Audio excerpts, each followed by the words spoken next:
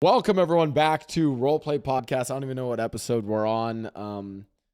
And despite the fact that most white guys who buy a Shure SM7B and who run a podcast only run 2 to 3 episodes before they get distracted by the next cryptocurrency trend, I have overcome that. And now I'm a white guy with a podcast that's like 13 episodes, 14 episodes deep.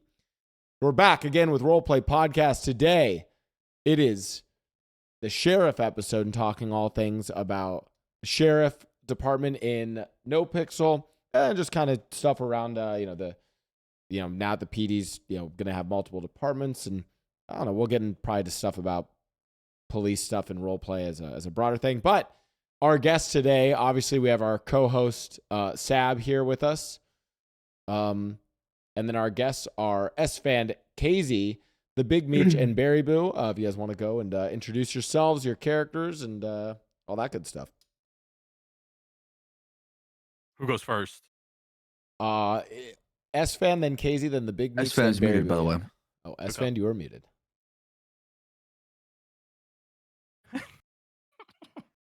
He can't even hear us. He's deafened. Off to a great start. You know, we'll start with Cazey. Sorry. Oh, wait. Yeah. There he is. There he is. Esfand, introduce yourself. Oh, hello. My name is Esfand, and welcome to Blue Goblins. No, my name is Esfand. I am Cletus Cornwood's streamer. Yeah, I'm Cletus Cornwood. Yeah. Before you go on to the next person, I love Blue Goblin, by the way. That was a great show. Great show. Great spin from World of Warcraft taking it to a show. I like that. Yeah. It's it sucks it got canceled because it was a Twitch show technically, and it was like a whole thing. But maybe we can bring it back. Bring it back. Bring it back. It's like one of those things where you can't bring it back because like Twitch owns the show technically, or like no, it's like there's just like a lot of movement. It's hard to explain, but maybe someday we can bring it back. That was the one that was literally like, it was like a IRL board, right? That people moved around. Yeah. That was basically. Yeah. That was a good time. It was like a pummel party, but like World of Warcraft Blue Goblin edition. Yeah. All right, Cazey. I'm Cazey. I play Sam Simmons. It's like just a shitlord crim. You guys probably will know me from that. But I also play Bones on the side every now and then. What is it? And that's my top. We're gonna do it. You know what? We'll get to the introductions of the Big Meech and Berry. Do that, and then our first topic I actually want to discuss is what is a shitlord crim. I want to know what that definition. Anyways, Big Meech, go ahead, and then Berry Boo. Okay, absolutely. But don't let me forget that. Okay, I'll remind Wait, you. hold on, Casey. Mm-hmm. Who are you in that picture? The right one, and then right next to me is Shelb. If you guys know who Shelb is, that's that's Of course. Oh, that's my him. fucking boy, dude. That's my boy. I love Shelb. This is from. Shelb was great actually. Yeah, Kelb. Yeah, he's great. That's from It's Vegas. Shelb or Kelb? Yeah, It's Kelb. I mean, it's like dog in Arabic. Kelb. Yeah. Oh, Well, okay. Yeah. I can change the pic to me, Meech, and Shelb. That's from Vegas. There we go. Yeah, change it to that one. Yeah. I don't got cam on. Yeah. All right, next that's we have Meech the smoking a Big blunt. Meech. Yeah, Meech Hi. smoking a doobie. I'm Meech. I play Leon Cassidy, who I'm maining in 4.0, but for most of 3.0, I played Pilbish Shanley. Or Super Terrace. Pilbish Toretti. Also a shitlord crim. Yeah, there you go. You answered the question looking for. Also a shitlord crim, a huge shitlord. Yeah. Yeah. Yeah, Leonard Cassidy. And we also Me have and Berry Boo. Casey were in the same gang, NBC. Yeah. On our crims. Wait, you were in NBC, Cazey? Both of us were. Oh shit, I didn't know that. Yeah, that's how we got into it all. Yep, that's how all of us were in NBC. Yeah. NBCSO's Northern Blaine County Sheriff's Office. Yeah. For those that That should be the Plato Sheriff's Office called. Northern Blaine. And then we have lastly Berry Boo. Hi guys, I'm Berry Boo, and I play Vivian Gray, Lieutenant for LSPD currently. Is that name a reference to Dorian Gray or? No. I'll just go fuck myself. I had. Nice try, Blau. Nice try. Nice try. I don't know. I was like a cool bro. We have fucking people named VJJ and like Yeah, huge Mungus, right? Like I thought it was a cool. I thought it'd be a cool play if that Dilly was. Doe. I'm gonna make a character named Sal Billy Finzer Doe. soon. Okay, wait. First topic. This is totally unrelated to anything, Sheriff. What is a shitlord crim? Just like, I mean, yeah, you go ahead. someone you who's said. like intentionally griefing 24/7, like Mhm. just like no drive to like do anything, just literally griefing anybody who is around them. Like I'm so serious. I would intentionally try and like just like get Meech to go to jail because he was like more serious on Pilbus, and I would literally just like, guys, let's hold up this cop. I think we should hold this. Like I would literally like just grief everybody. And It's then I guess like Reed, go ahead, Meech. like Reed and McGregor, like shit Yeah. like that. Just like Mhm. fucking around, like like Dude, don't Reed is so care, funny. don't have like actual like crazy ambitions for the character. Like don't want to lead a gang, don't want to do that. Just want to fuck around and have a good time. Mhm. Mhm. But I feel like okay. I think a lot of people say shitlord crim when the crim is actually just like a character that No, Sam is a Is- shitlord. not like No. super invested in progression, right? Like No, I think any I crim am- that is not invested in progression gets labeled as shitlord crim. Yeah, and I don't think that's necessarily true. It depends about the persona. Like a James Randall, who gives you that types for sure. Like he's a guy, he's gonna go in there and have a good time, right? He's a silly, funny guy. To me, you could be a shitlord and still be a character. Oh yeah, no, absolutely. No, I think it's that sometimes people give shitlord the title That's to the true. wrong people because that person is not the way they play the actual character is not like full on progression, I feel like there's like yeah. Yeah, I agree with there's that. like street crims that are like not shit that are technically not shitlord characters. They just Yeah. Yeah, but you want mean, those no, guys, though, right? they're just not like level 100 gangster mob Yeah. bosses. Yeah. Yeah, but you need those guys, right? Because imagine everyone's chasing the high, everyone's chasing the highest of the highest. Then it becomes a race, and there's no Yeah, like it's weird. characters are in between that just do their thing. Yeah. No, I think well, I mean it's a thing. Like a lot of times people will see like, oh, like this guy's like a shitlord character or any type of character, right? Like a character cop, for example. Like people will label something as something and they have their like stereotype of that and they think that's all they do, right? So to your point, Saab, it's you can still have a character that's a shitlord, but he's also like a legitimate character. It's just not something stupid. Like I will make random shitlord characters like Samuel L. Jackson or Adam Sandler, and I will just run around and just be like really dumb and just be stupid. Like I'll just So that's what I do on all my Right, there's just characters. crackheads out there on the streets.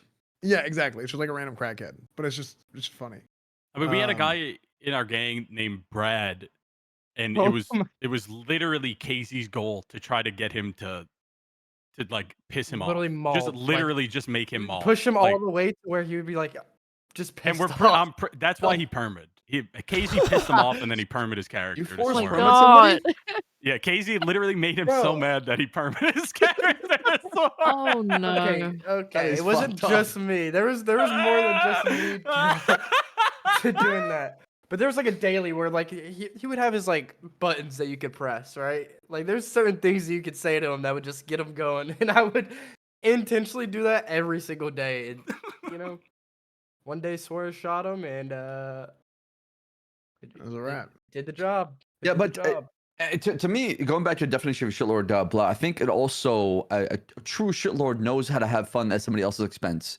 And I don't mean it in a negative way, but I mean it like they know how to just piss you off in a way they are trying to get a laugh out of you, but you know that you're not They're in not, that like, mood ruining. sometimes. Right. They're not ruining the thing, but they're trying to also, annoy you a little bit in a certain way. So they know that they can bother you. It's also about choosing who you're doing it to, right? Like I obviously knew like all these people out of character, so I know that they're not gonna like actually just be like completely pissed off. I think if you're just doing it to everybody that you see, and then not really thinking about like the repercussions of that, it's kind of it gets out of hand then. Yeah, like I made Nico Romanoff, Ray Romanoff's cousin. That's a shitlord character. Like that character that entire purpose of that character is basically to be like a over the top version of Ray Romanoff and just to piss off Ray Romanoff. But then what's funny is people also were like, I have another character that people said was a shitlord character, Jesse. And I was like, I would actually like Jesse's not actually a shitlord character. He's just not smart. Like he's just not like I don't. He's my not a whole thing is like, shitlord on purpose. yeah, it's like he's just like the character's like I like with yeah, maybe that's the the difference. Like with Nico, like I come in like OOC, like I'm trying to fuck with like Benji and Ray Romanoff, whereas like Jesse, it's like he's just a dumb. Like I just play him as a dumb street crim. So, Yeah. That makes sense. Yeah. No, I remember chasing after Jesse. That was funny. I think there's a lot of like. That's what I'm saying. I think there's actually a lot of people who play kind of like.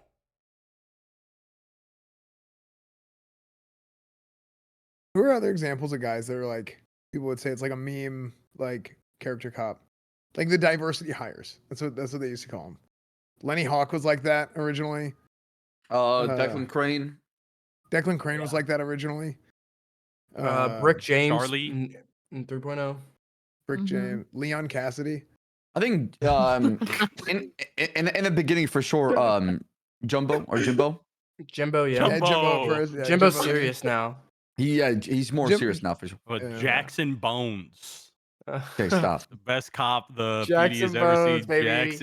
Jackson Who Bones. is Jackson Bones? Bro, dude, okay. So for The bones. The The bones. big bones. I have like a whole force lore, like everything for like all my like Bones has like a whole family.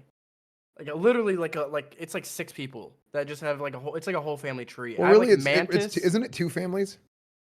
No. Because you're all it's- married to each other. Okay. Damn But right, yeah, I mean brother. pretty much, yeah. But it's like Mantis is like the grandpa, like trombones, because it's a play on him always playing trombone champ back in the day. Nice. Fucking, there's like an aunt. I don't even know who was playing the aunt. The mom, I don't even know. I don't think anybody plays that yet. Ringo Gold is like Force Lord into being like Bones' father. That's played by like John. That's a Meech is, like, the- mistake. Yep. Yeah, and then guys, it's growing. It's growing even worse. Now Raven has John's brother. So he's your and uncle now. so he's gonna be Unk, and then I have Meech on Jackson Bones, and I have Annie, who plays Samantha Lynn, and it is, it's funny shit. Do people ask you to play like a Bones family member? Yeah. So they ask you, yeah, okay. That's why I figured. A TLDR on Jackson Bones is so I had Chris Cross in 3.0, and he was married to Rose Rhodes, and then my gang NBC killed her and she permid. So I ended Cross's story by retiring him. But since it was the end of 3.0, I didn't want to make like a super serious cop again. So I made Jackson Bones, who was just the most corrupt, awful piece of shit ever. He's just really not a good guy. Beating the I fuck used to out just of pull people. people out of fucking traffic stops and just beat them down. Like it was bad. It was really bad. I remember. I just imagine somebody speeding, 3rd-degree speeding. It's like, I saw you ran this red light. You just pull them out of the car with a nightstick and just beat the shit out of them. That's what I would do, dude. I actually would. Yup. And I mean, it wouldn't fly now. It was the end of 3.0. So it was Yeah. vastly different than how it is now. But oh my God, it was really funny. That Is it- character was a blast. Is it kind of funny that we go through like there's like the stages of RP of the like server's length? Like I'm not going to, kid myself and not think that like, a year from now 4.0 won't also have some bizarre shit going on. Yeah. I think it's reasonable. I think we're What gonna was see a I lot say? of props in the late 4.0 where people start building things like Fortnite. I think we're gonna see shootouts turn into Fortnite battles where people just build shit with props. That's my prediction. Oh, that's this up. sick. Do you remember Let's the go, ramp thing ramp at the replay, Ele- baby. dude? Oh Ranking my God, 90s? the ramp. Here's what's gonna happen. It's gonna be mid fight. The server's gonna reset for a new update, and they're gonna actually build the. Bro, You're gonna go up the new casino, and the next level is gonna get built, and the server's gonna reset. Wasn't the problem with ramps that people would deploy them during chases like They And to just put him in a shootouts. shootout. Yeah. Yeah. You would have loved that, S-Fan. You would have loved that shit. Really? That's Bro. great. I Yeah, remember I going. love the crazy stuff. I think crazy stuff's hilarious. Crazy stuff is fun, but I think it should be done in moderation. Because if you do Yeah, too much of if it's it, too much, it's yeah. Well, I feel like the problem with the ramp stuff is that kind of like cucks the usage of the ramps in other ways. Because as soon as they introduced ramps, I was like, oh my god, like new heists unlock because we're gonna do some like crazy jumps that we can now put into the city. But it was like, and then it was like people were using them for PvP, and I was like, oh god, no, like. I don't know. Dude, like, I think ramps could have been great. I think unfortunately it got a little ruined, but I think mean- if something exists, they're gonna find a way to use it for PvP. It's just the truth.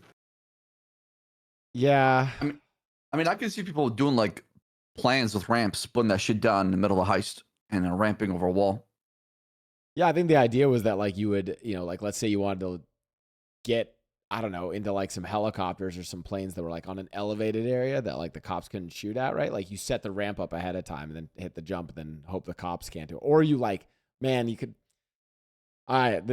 this is my favorite thing to do is find the like really insane, like ratty jumps that are like, and I'm not talking like, like rat swaps, but there's like a few jumps you can do where you have to time the miles per hour just perfectly. Like you limit the miles per hour. There's one, by the Life Invader Bank that if you hit the jump at exactly 76 miles an hour in a four-door, you'll go right into the tunnels and you just perfectly time it. I love that kind of shit. It's just so like, because you have to practice that shit and it looks so fucking funny if you pull it off. And the cops just hit everything on the side because they didn't hit it at the right speed. Right. I wanted to do that with If you don't ramps. match it, you need to go flying. as a cop, it's way more fun when people do like I get why people don't want to do jumps and shit because it's risky, right? They could just flip and then it's over.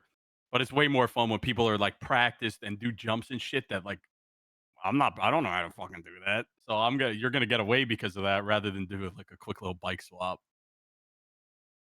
All right, we've delayed on the intro long enough. Okay, this is the sheriff episode. Let's talk. I'm so sorry. I don't even know what. Welcome. Sheriff. What does this mean? I mean, I guess what does it mean specifically for NoPixel? And then like as a broader sort of comic, because we've seen this even in NoPixel 3.0. What does it kind of mean for you guys to have? I'll maybe start with this question. What does it mean to have different police departments, not just like say a unified police force? Like, what's the goal of that? I think go ahead. I think it promotes a lot of different RP, right? You have the interdepartmental RP that kind of like, I guess you're working towards other things that maybe the LSPD or other people aren't. Also, like, you can build a different culture, right? Another thing it does is like having stuff up north. You can try and make that environment better for all the people that do RP up there, right? So, it's pretty cool. There's more to it than that, but I'll let other people cook on it. Yeah, I think it helps spread the role play for cops sort of outwards. Does that make sense? Outwards instead of upwards, because like there's a lot within PD, sort of like your goals and aspirations are going to differ from character to character, right? But there's kind of the main thing that there is rank, and that's upwards. Whereas if there's different departments, people aspire to fit in with that group of people over there. I think yeah, it just opens up other avenues for characters and stuff like that. Yeah, I think it's just important. Like it gives more RP to the cops themselves, which because a lot of not getting out there and getting into shootout to chase to shootout to chase to chase to processing somebody. It's fun and I love it, which is why I love cop.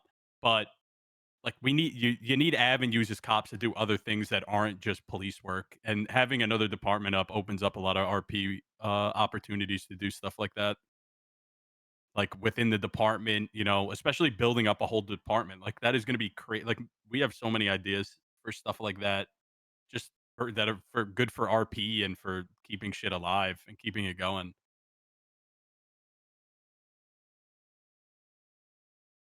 Esfand, Saab, your thoughts? Oh, that's fine. Go and I'll finish up. The big thing about a sheriff's department for me is it does allow the RP to be built out a lot more. I think Barry had a good point where it's about it building outwards, not just upwards. Because it allows for more storylines and stuff to build.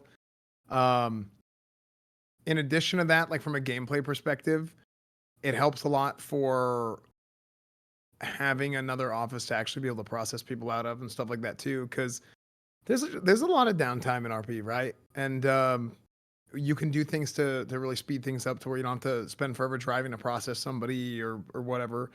So all that's good, right? That's like a quality of life thing for the gameplay.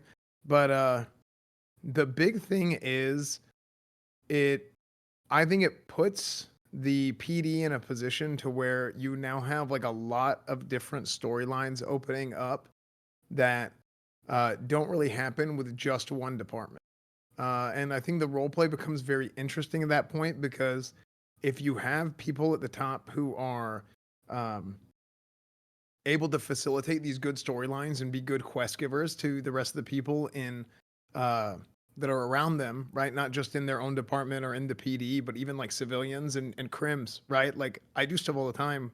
I try to, where I say some shit I'm not supposed to in character, but it's just because I want to, here you go. Just like here's a grenade. Have fun.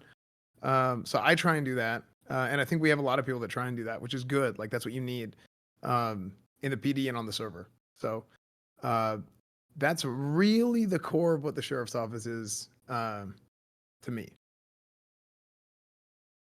Because it could be any office, but in this case, the sheriff's office. Do you guys think this? Oh, Saab, you didn't. Sorry, I didn't mean that. Go ahead, Saab. Sorry. Thank you. I mean, I'm Yeah, really that's a good excited with this point. whole Anyways, thing. my next question. Sorry, go Go ahead. ahead. So I'm kidding. No, you're good. That's a really good point that you brought up, and I think for me, I'm starting to see the vision. I'm starting to see the vision that we had in mind in the start of 4.0, where things are slowly expanding out to what it's supposed to, right? Because we hit the reset button, and we went back to having one department. We used to have 4 or 5? Is it 5? You guys had yeah. 5 Yeah, 5. departments. Yeah. Mm-hmm. Yeah. LSPD, Yeah, that's PDSO, wild. SDSO, Rangers, and 338 troopers. cops, and then you go down from 5 departments, 338 cops, down to 25 with LSPD in the beginning. I feel like it was more than that. It was more than 5 at one point. Think of DPD, VPD, SDSO, PBSO, troopers, and rangers. So 6, right? And And oh no, but you didn't have LSPD anymore, right? LSPD was split into 2. Yeah, Yeah. it was. Yeah. So yeah, 6. This was all after my time. Like, Correct, I yeah. was only around for like a year. It was a shitload. That just led to command and like it's just bloated. It was way too bloated. Mm-hmm. So I'm really happy to see it because I think you need it. I also believe different departments promote different kind of role play, which promotes a bit of inter-department competition, which as a result you get quality, which people are trying to push each other, and it motivates people to say, okay, there are things that are happening around us, and it's not only one theme; it's multiple themes of role play coming together, almost in this like melting pot, and you're trying to make the best out of it. Yeah. I mean, is there too many though? Because I mean, when you tell me that there were 5 or like 6, like I've always had this opinion kind of from 3.0 with there was too many restaurants, and it's like none of them then became a hub. Whereas like now there's kind of like a good food hub in 4.0 that I actually really like that. I think you could have like another food hub, maybe 2, and that'd be it, right? So I'm like, what's the magic number? Is it 2 departments? Is it 3?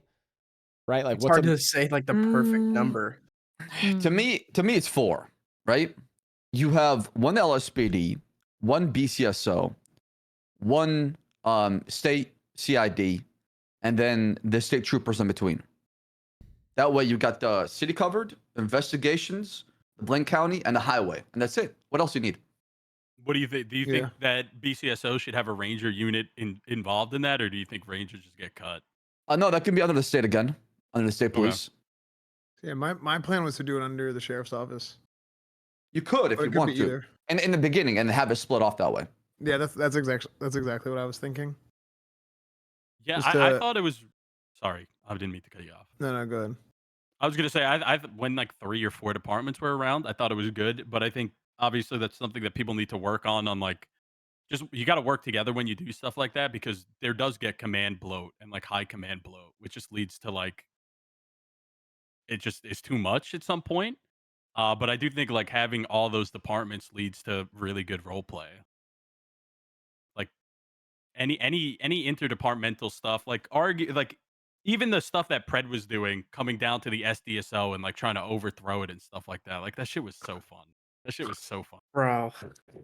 I mean, I've had shootouts. I remember Yeah. as LSPD versus BCSO, we had shootouts and Mission PD because I was trying to kick out Pred because he wouldn't listen, right?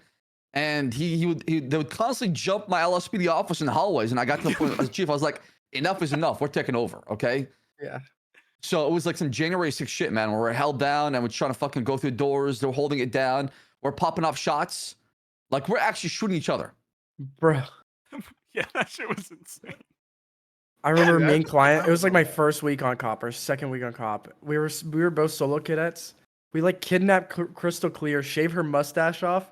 Next thing I know, I go up to SDSO and all of PBSO is storming to the building, beanbag shotgunning people, and just like I was on the ground for probably like 10 minutes straight, just getting spam beanbagged from the top of the roof. That shit was hilarious. You almost got fired. Yeah. Baby, Yeah. were you also playing during the because Esfand, you weren't playing during them. Baby, were you playing during the like Kyle Pred like Yeah. insanity? What was Yeah. So I was. Sorry, carry on. Yeah, no, I was gonna ask like what was your involvement in that? So I was very much LSPD. And a lot of that that sort of drama took place between the two sheriff's office. My character kind of had like a sit back and was like, yeah, we'll just let the kids play, because LSPD always had this thing. It was always seen as LSPD was like the more serious department compared to the sheriff's departments. Hmm. And yeah, so Viv would just sit back and watch basically. She had a lot of friends within the sheriff's department and she was very close with all of them. And but yeah, she'd just get to sit there and watch everything unfold, which was that was pretty fun to do. It was such a shit show. Sometimes it was so fun. Yeah, I mean that's another question that I have for you guys. Sort of like, okay, with this new. Well, I also want to know like, just for the viewers, so that everyone sort of understands like what I know some of your characters are planning to join the sheriff's department. Cazey, who plays Bones, was elected sheriff. What are your plans for your characters now that there are these two shifts? Like, and if you don't want to tease it also on, or want to keep it a secret, or if you still don't know yet, that's fine. So starting with that, and then the second question is like, how big of a change can a department have while still kind of being what is essentially that kind of dungeon master role that cops just have to be? Because I do think I preface this with, as much as I loved the Kyle Pred stuff, I think probably server devs, admins, or like the general consensus was it kind of got a little too far away. I remember being the mayor and giving a speech to like the Cerberus police department and being like, oh shit, we just have like a weaponized, like, it was kind of cool RP, but it was like, oh, we just have like a giant militarized police force now that's like, we're like full military state now. So like, yeah, question being, how do you see yourself role playing now that there's two departments, and how sort of close or far away from each other can they be? Bro, this is a spicy question. Okay, this is a spicy question. Who wants to go first? All right, I'll go first. Ooh, okay. I mean, I think pretty much. So I'm a big believer in like I know they pushed for 2 chains of command, but that was because I was like just blowing my brains out, just waiting for the sheriff's office to open because it was so long. And they said that was the only way it was going to happen without like a commissioner or something, or without like. No. I think it was the only way that it was going to happen with the sheriff being the same as the chief would be if it was 2 separate chains of command, which it doesn't really make sense to do it otherwise. They're like, well, we're going to make 2 separate chains. And it's like, okay, fine, whatever. But I'm a big believer in having one proper like sort of unified vision for the police and having different departments to facilitate roleplay throughout those two separate departments, as opposed to separating them based on jurisdiction or procedures. I mean, you might do a couple things different here and there, but it should be, for the most part, like I think the whole PD should be one, right? Like it doesn't matter if you're BCSO, LSPD, whatever you are, like you're still a part of the PD. That's the way that I see it. And I think it should remain that way. Okay, interesting. So this is kind of like a divided but unified. Like it's like it splits the chains of command, so you can have kind of differing role play. But at the end of the day, the core nature of the PD is still the same, still unified. That kind of right now it's split into two chains of command. That's how they pushed it. But I think that's the way people are going to approach it. Like if you're command anyway, so it doesn't really matter. That's what my plan was, and I think that's what Cazey's plan is too. But yeah. Okay, Cazey, what's your plan? It would be like if a sergeant in the LSPD is still gonna equate to like a sergeant in the BCSO. Is like so pretty much the same. It's just gonna have its own ranking structure. Like the people in the department will have a rank. Obviously, that's not gonna have to go through like the LSPD, right? I'll be able to like name who I want as command, right? If that makes sense.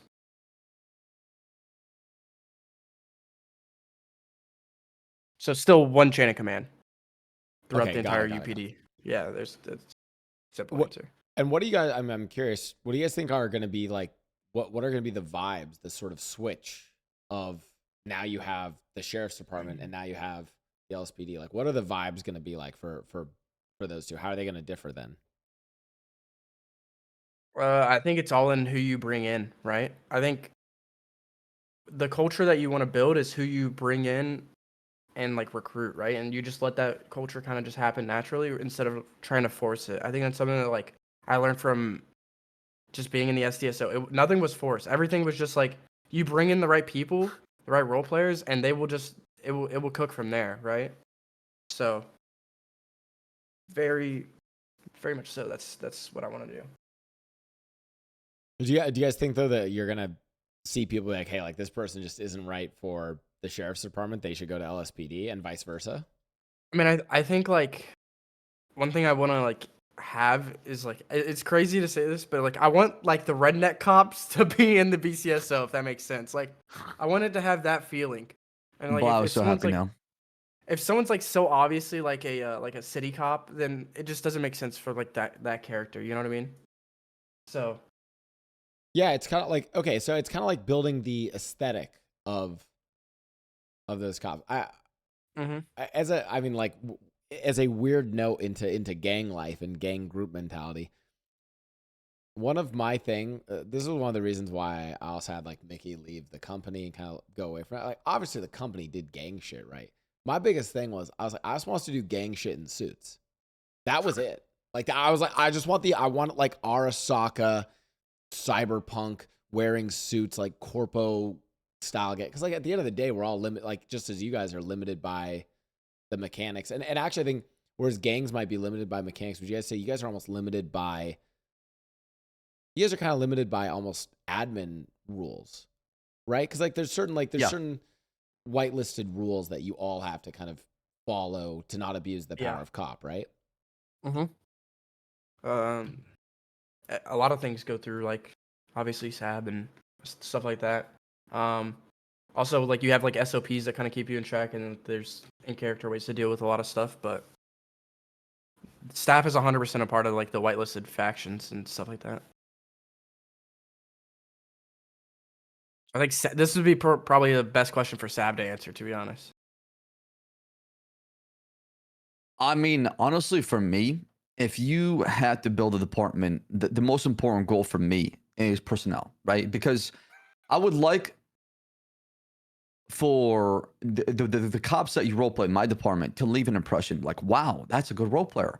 Wow, I had a really good interaction. Wow, these guys, like, I know why they're part of the BCS or LSPD, right? The most important thing is a theme, and the theme that follows that people also believe in and are part of, because it is what? It's a collaborative effort that everybody buys in. When everybody buys in, I think the PD pops off. When everybody, sticks their own corner and anchors in a position, they're not willing to pivot, then it becomes like just clash and collision and drama and headbutting. And I think that's where a lot of problems happen in the PD is people just not want to pivot. They're too married to their ideas. And as a result, you have people not want to change positions. So you get stuck and nothing changes. Yeah, that's a good way of putting it. Like in 3.0, my cop character was LSPD, and I was like, you know what? I want to try something new. So I tried to get transferred to the SDSO, and I didn't know anybody in the SDSO, like on an OOC level or an in character level. I didn't know them at all. But I liked the vibe, so I put in my transfer request. I went over there, and I just meshed instantly. And like all those people are like my good friends out of character now, and that's the environment that me and Cazey were brought up in. So I think we have a lot of ideas. We don't want to just go the exact SDSO formula, but we've been literally through it, and we're brought up in that department. So um, want to follow the footsteps a little bit while also throwing our own little thing on it. Well, now I'm curious. So part of it's also that like by having different groups of PD, you guys can role play with other people and have like kind of an excuse like, okay, this is my new group that I'm role playing with for this arc. So I'm curious, Barry Boo, you said, Viv was LSPD tried and true back then, but now it's like, is this time for you to try something new? Or are you considering going down the sheriff route? So Viv's whole reason for like she had multiple things that have occurred very recently, actually, that spurred her on to sort of push for sheriff. Viv's main goal with the sheriff's department, or the reason why she ran even, was so that she could push for a department that was gonna be sort of not frowned upon by the general public, because she's very much noticed and very much had a lot of people come forward to her with complaints about LSPD. LSPD, the current police department as it stands, is very different to what existed in 3.0. We had to start from the bottom, and we're still, pushing our way forward with everything. And there's been a lot of sort of tension between the police department and the general public. And Viv saw this as an opportunity to put together a more sort of intimate department and try and work on it outwards again, rather than sort of it being, oh, she's going to switch from being a city cop to a county cop. If that makes sense. No, totally. Well, and so now I'm kind of curious. I mean, so Esfand, you were the one who was like, we're pitching for there to be a sheriff's department. Obviously, Cornwood loses the election to Bones. What are your thoughts for like what now to do with Cornwood? Does Cornwood, go country? Does Cornwood, fight back from the LSPD? Like what's the way that you think of that? I have no idea. I don't. This is what's going on. I don't know what to do with Cornwood. I have like 5 different options right now. How about you buy a tractor and you're on a farm and then build a sheriff department on that one? I might. The little Texas militia. Yeah. I mean, like, I don't know. I have no idea what I want to do with Cornwood right now. I think the PD has a lot of problems, and I think we need a new department. Okay, that's what we need. We need another new department already. A third one? Okay, a third department. Dude. Oh, I like the pitch. I like the pitch. I mean, well, I don't know. Esther, I actually wanted to ask you about this, because I thought I actually thought you had an interesting take on it, which was like, like you lost the election, and it was like that shit was hard, and you were like, yeah, like that sucked. Yeah, I'm just gonna keep it real. That sucked, bro. Like that sucked, and I think saying otherwise is that like you can't lie to yourself. Like that did suck. right? But it is what it is. Like that's just how the RP played out. So now you have to find a new plan, right? You just have to go. You just have to ride it out. I don't know. I just don't know what to do. Yeah, no, I like. Yeah. It's one of. I think what a lot of people don't realize that like that is a big like we're spending a lot of time with these characters, with these arcs. Obviously, you know, people can say like, oh, it's role play, but it's like I don't know. When I heard you saying that, it actually reminded. Now, granted, I feel bad saying this because it's more like a I was suffering from success kind of route. But when you said that, that is how I felt. Wait, what did I say? You would there was I saw you say something. I was watching your stream. You were talking about how you were like it was just I was like you were basically like, hey, like no, that was like 6 months of work, and like that was like a lot of like I think people have to realize it's time, right? Like sure it's characters, but it's like time. What it reminded me of was when I had Mickey as mayor and I wanted him to not be mayor. And I was so like and Saab knows about it. There are things out of my control which kind of caused this to happen, but for references, basically Mickey won 2 elections, and then I actually had a whole like role play arc to like keep him in power just to fuck around. And then it kind of blew up in my face. And then I was mayor for like 9 or 10 months. I was mayor for almost an entire year. And it like and it actually and you were trying not to be. And you know what it was? Because and I was trying not to be. And what sucked was I had you know, our RP viewers or commentators who were watching other people's RP shows who basically like the character Mickey then became like a shitty mayor because I was OOC was traveling like Europe at the time and I just was never around. And a part of this was gone. EU TwitchCon. This was EU TwitchCon time last year. Yeah, it was this time last year, right? Yeah, it was this time last year. And then after that, I went to Korea just on a vacation, and I think I was gone for like over a month, and I became like this shitty mayor because I was like I didn't want to be mayor that long. I don't want to do this shit no more. And I say that as like a way of like I empathize with this idea where whenever people are like, hey, it's like whatever, it's just RP. It's like no, like we put a lot of time into these characters and these arcs, like it's valuable. And have any of you, so as fans experience, have any of you guys experienced that kind of feeling where you're like, fuck, like. I am right now. I am right now. yeah. Big Meech. Go ahead. Why don't you share? Well, I mean, you know, obviously, me and Cazey ran together as Bones and Cassidy, sheriff under sheriff, and that didn't pan out the way we expected after the election results were read out. So we're waiting on Cornwood's decision to see where we go from there. Are you comparing a week to 6 months? Okay, but to be fair, we've been pushing for our own department for 2 years. So, I'm just trolling you. But yeah, I mean, me and Cazey were always in 3.0. We were always told we were the future. We were going to get our own department. We were going to run the SDSO.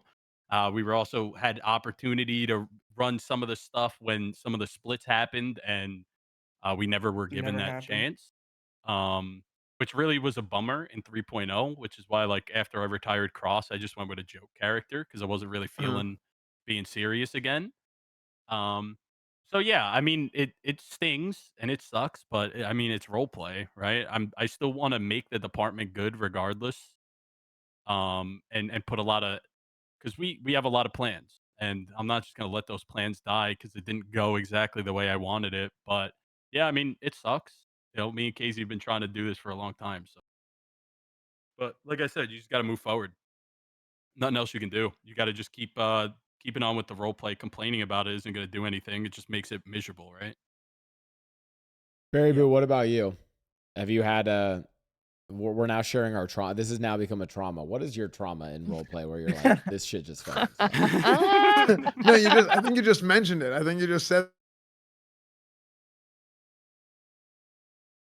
logging into Los Santos MBO. I mean, I think Viv is the one that's come out the best out of this situation, to be honest. I mean, I feel like Bones has, you know, the trials now of wondering who's going to be his undersheriff and how that's going to go moving forward. Viv, like I OOC didn't I wasn't like I did it for the role play of actually running. Like I OOC did not want Sheriff because I very much want Viv to stay as LSPD. Viv was having a breakdown after like going through a lot of stuff within the LSPD. I thought, you know what, this has come at the best time. Screw it, I'm gonna do it. I had a whale of a time with it, honestly. And then afterwards, Viv found out she got 38 votes compared to a few hundreds for the others. And then she got promoted to lieutenant. So I think, she's pretty up good out of the situation. W. So Yeah. many people voted. I was shocked when I heard that. So Yeah, it many was people voted. Fucking Dude, crazy. Mhm. I did not think that many people voted at all. Yeah. Almost 1,000, right? Stop the Everybody that was count. involved, we went. It was nonstop. I have a theory, and I could be wrong on this. I actually have a theory as to why that many people voted and why. Okay, let me cook on this. This is the reason why I think Bones got so many votes and why so many people voted. And hear me out. I think it was because of Beverly Breckers. Dude, he was great in all this RP. Yep. Like he was Yep. so good. Like Why do you think I Big called him? Big Brecky. Why do you think I called him and Mickey right away? Because those two guys are so good. I saw he's so Man. well connected in Los Santos. And- He knows everything. He knows everybody. He has so many connections out there that he Oh can my send a God, bad man. signal to everybody. And by the way, this isn't to take away from the campaigning that you did on Leon, Meech, but this is like a little secret sauce from me having run for mayor before. It's also why I believe Rami lost to Bunny back in that mayoral election. So I think like Cornwood, Bones, and then Slash. A lot of them you guys are campaigning during the North American tsunami during that time. Mm-hmm. What I think happens though is, and this is a weird thing, there's actually more votes in AU-EU. There's actually more votes. And the reason being is that North America is when a lot of the big whitelisted or like big like golden ticket streamers are playing, and they block up 80% of the slots in the server typically every day. As soon as you get to AU-EU, all of a sudden you actually have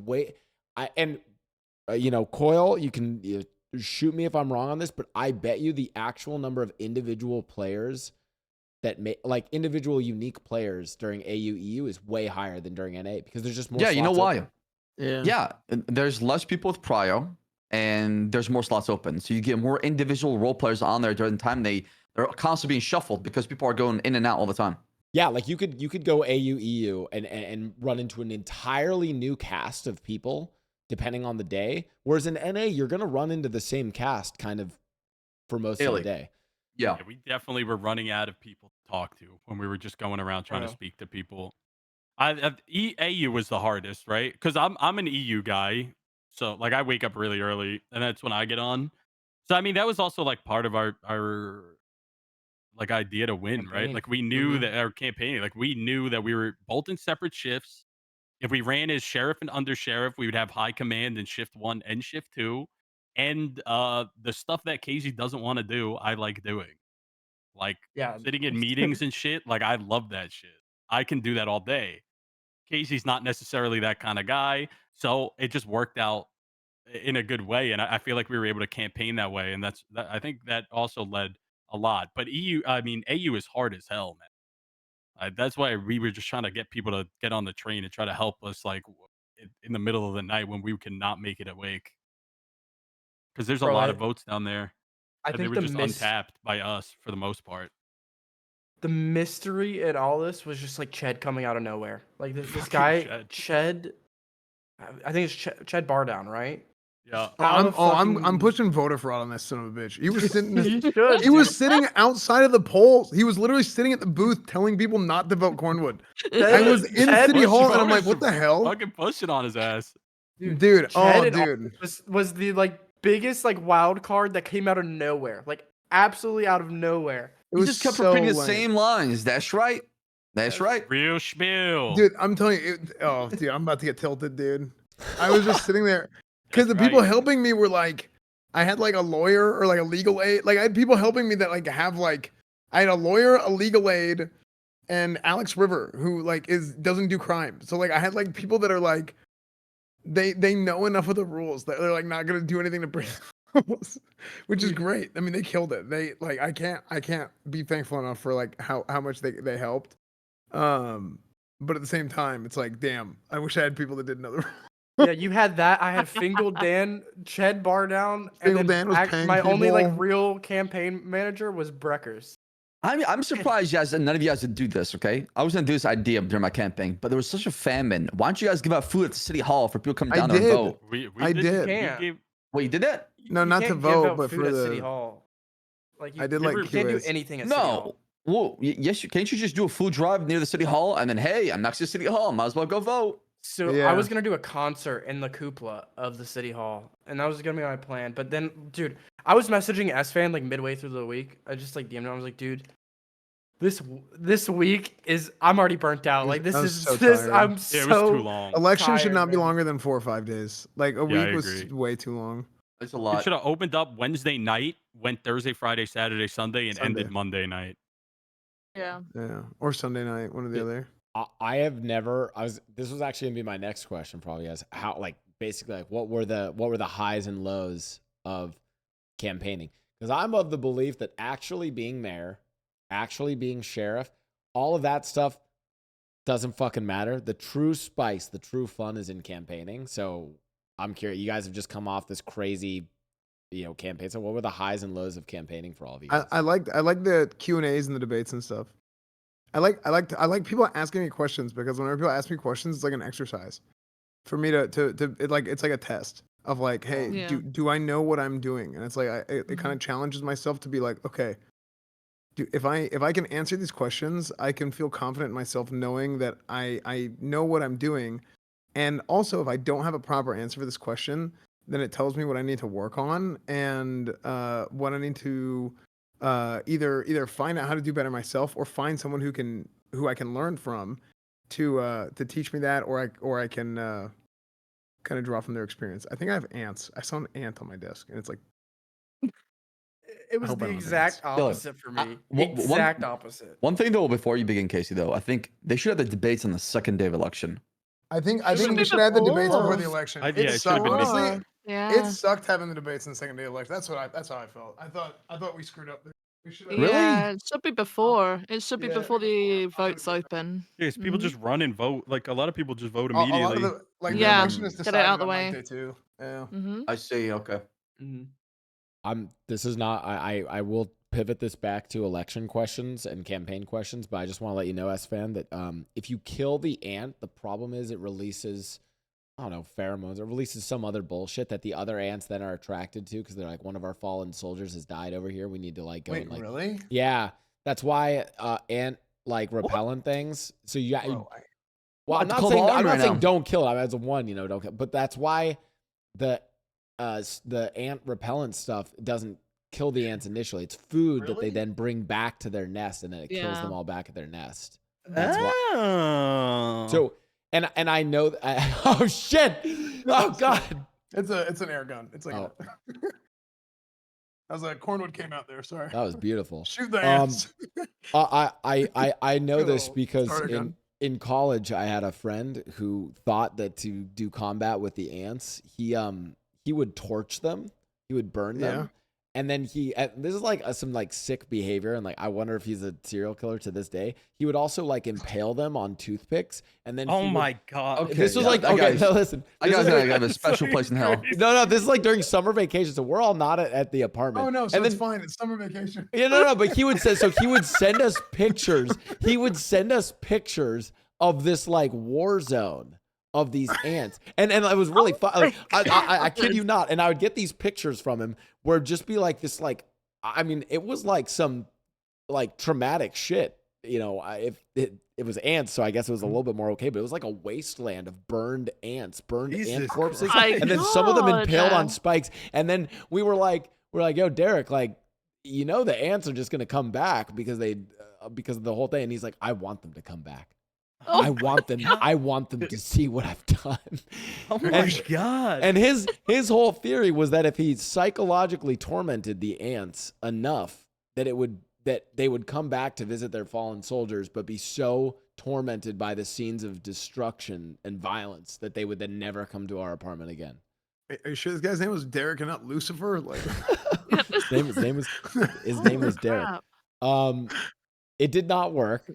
We still had ants by the time we came back from summer. That we used the normal traps where they take the food back to their colony. So, anyways, back to campaigning stuff. What were the lows of campaigning for you guys? Like, where was it like, oh fuck this shit?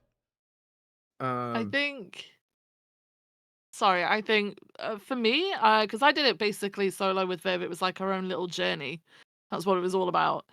And the whole thing with Viv, she didn't want to corner specific people. She didn't want to grab hold of like any groups or anything like that. She just wanted to go around and talk to people. So every tsunami, she would go around for 2 hours, putting her signs up all over the server, basically, north and in the city, and just bump into people and talk. And it wasn't the bumping into people and talking. That bit was fun, right?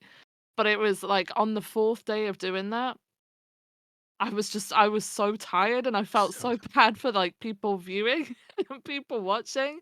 Although people really enjoyed it, and I did actually have like a lot of people come in and say, "This is really chill. I'm loving this." I got so tired. I got so tired doing that. You Exhausting. had That would really be the nice low. signs, though. Thanks. How did you get the background on the side to extend? My God, background's me and just Cazey one were line. trying so hard to get better signs. I was getting Yeah. I was looking like shit, bro. It took a lot It of was a practice. sign gap for sure. It was definitely a sign gap.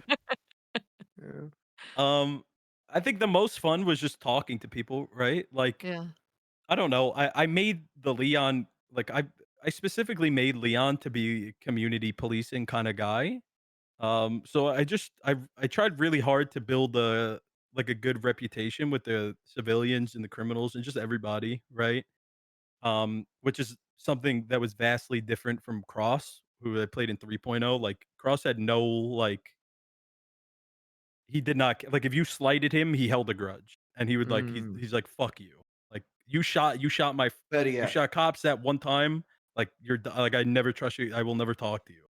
Mm. So I wanted to do something really different in 4.0 with Leon, so I made him like a nice guy, and sometimes he could be a bit of a pushover, but just seeing the way people reacted and how many people wanted to help Leon based on just interactions. Like I definitely think the best thing that happened was somebody came up to Leon, who sorry to them, I know them now. Their name is Anakin, but I didn't know them in character. Like I didn't remember them, and he was just like, "I'm gonna vote for you and Bones because you broke off of a chase to save my life." And I was like, "Damn, that's really nice." Like that made me feel Mhm. good that people just like without even talking to them, like he wanted to vote for us because of shit I've done already, and that made me feel good. The worst part is definitely how long it went. Like it's just exhausting. Like as fun as it is, especially like the last few days when you're really struggling to find new people to speak to, it really does get exhausting just saying the same shit over and over again. Yeah, they've already But when voted or yeah, Yeah. but when the conversations are good and engaging, like it's so much fun. Is there like a Sab? Do you think there's like a like admin staff side fix for that? That's like, you know, from this feedback, right? Hey, okay, if we're doing an election for mayor or for sheriff or for whatever it is, we keep it short and sweet. It's like Monday through Friday. You're not allowed to campaign before then. Monday starts, boom, you campaign, boom, results. Yeah, I Friday. mean, I think it's more like a DOJ, city council management thing, honestly, as far as how they want to do it. But I mean, I support that idea, right? So I feel like it wouldn't have been so bad if we had to not campaign off duty. Because what happened is when you campaign off duty, then it makes it like there's no like balance of okay, there's not like a natural like checks and balances how much time, so it turns into like a huge grind fest and it gets really sweaty.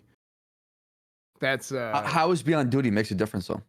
I think it's Because worse when if you're on duty. no, same because here. no, because if we're on duty, we're like responding to calls and we're like, it's just natural, like as part of our job, you know, that's how people find out that we're campaigning. But 'Cause are if we're we, off, though? But Right, but you doing your Yeah. job on duty is like, for example, whatever Cassidy example, or sorry, Meech used his example, right? He got a vote by just doing his job, right? Right. No, that's my point.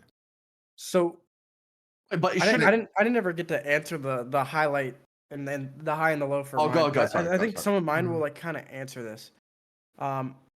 Dude, my high was just seeing everything that like I did in like the past, I guess, two and a half years of cop, like actually just like meaning something, right? Everybody was like, dude, I know you're gonna be good at this. I know you're gonna be good for this. So like that support, I didn't expect it. Going Mhm. into the like actual vote, I thought for sure I lost. Like me and Meech like both like we both thought we lost whenever we came into it. Probably the lowest low is whenever I signed in. I logged in on cop. I just couldn't see anything on my screen besides a fucking Cornwood sign. Everywhere I looked was just a Cornwood sign everywhere. That was pretty taunting. No, but seriously, I think the lowest of the low was just the fucking sleep schedule, man. Having to Yep. like, dude, I was like on 4 or 5 hours of sleep and just on the server 16 hours a day, Yeah. just talking to people and answering It's the me for same the last 6 question months. over Not good. and over and over and over again. That was Yeah. just it was rough. Yeah, it adds up for sure. I think for me the lowest part was if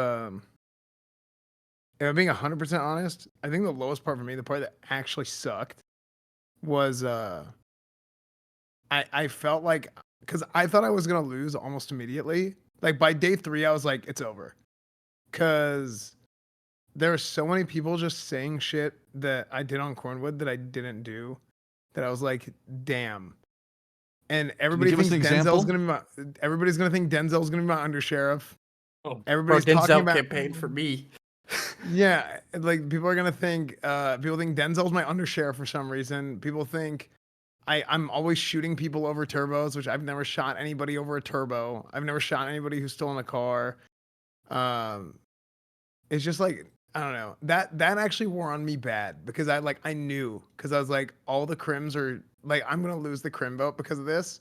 Because I got a call from Peanut and he was talking about this, and I was like, I'm telling you, I have not shot anybody over stealing a car yet. But every time people get shot at, they just assume it's me.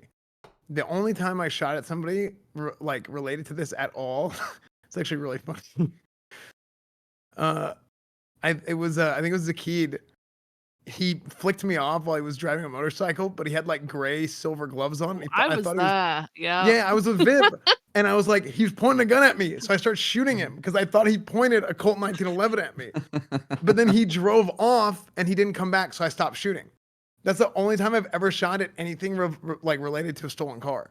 So And people always and what happens is he drives away. Terry versus Garner, same thing that happened on Little Tugs, right, where he got too far away, but then PD kept shooting him.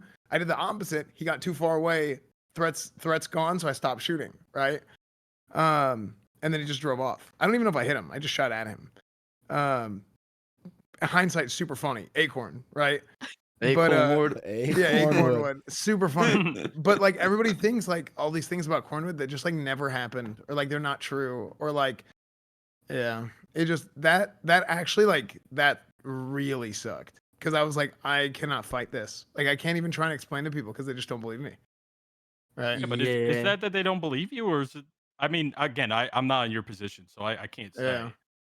But that not believing you, or is that just the role play, and they're like, we're just gonna lie because we want Bones to win?